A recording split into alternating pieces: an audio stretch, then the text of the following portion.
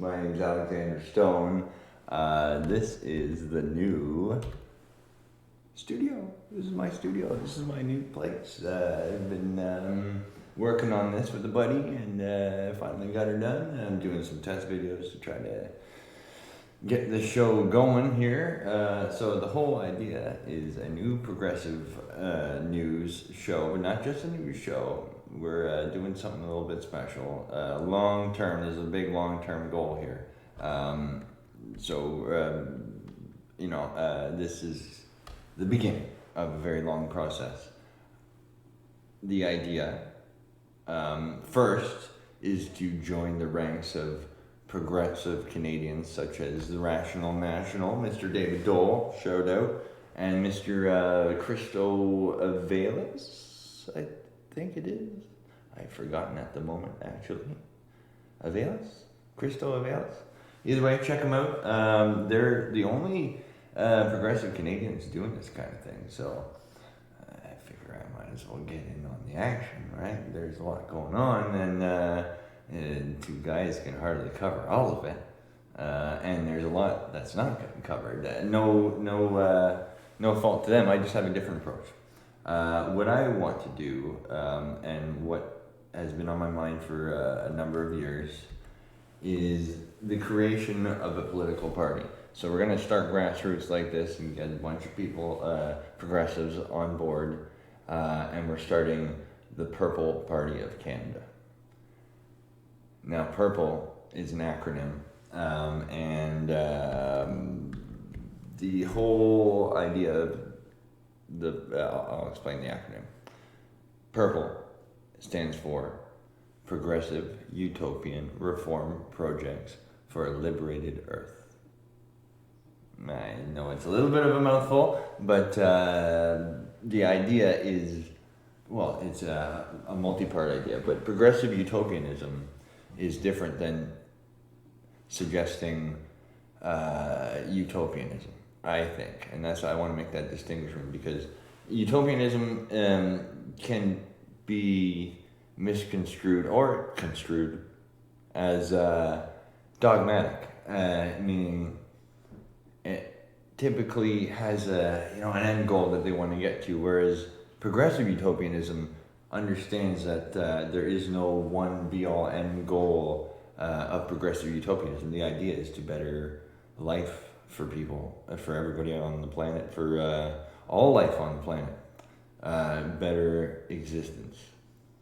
And we can do that piece by piece and step by step, and those goals will always be changing. So that's why it's progressive utopian reform projects for a liberated Earth, because we think that projects defines a little bit better the intention to incrementally move towards a better world.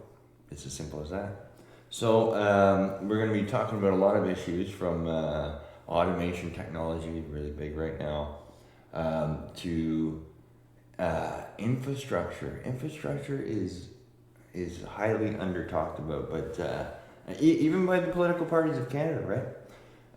Even by NDP, Liberal, that, they're nothing against the other parties. They got their own way of doing things, but there's another way. And there's a lot of us progressives out there that don't fit into the orange, green, red, or blue category. So I'm hoping that purple is going to be the progressive calling color, and that we can unite behind a color here, and hopefully make it an international thing eventually, because that's the whole goal, is a united humanity, a liberated Earth, and we liberate ourselves through advancements in infrastructure.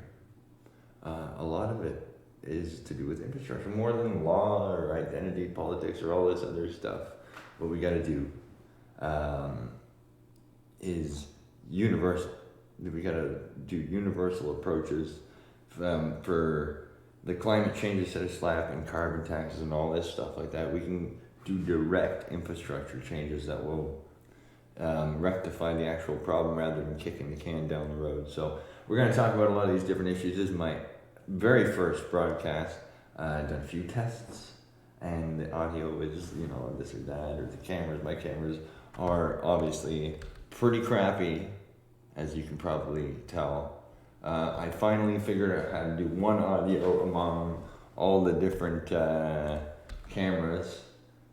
So I'm doing all right, I think. I'm pretty impressed with myself. But we're going to try to get some people on here, interview some good cats. It would be great if we could one day get Mr. Bernard Sanders, if you're listening somehow. It would be great to have you on. And there's a lot of Canadians that were really hoping that Bernie would have won the nomination in the United States, because it would have changed the entire world. You would have been, default leader of the free world, as they say. And in the absence of that now, I think Canada has a big role to play in stepping up to fill those progressive shoes in the world. A lot of people still look up to Canada as a progressive powerhouse.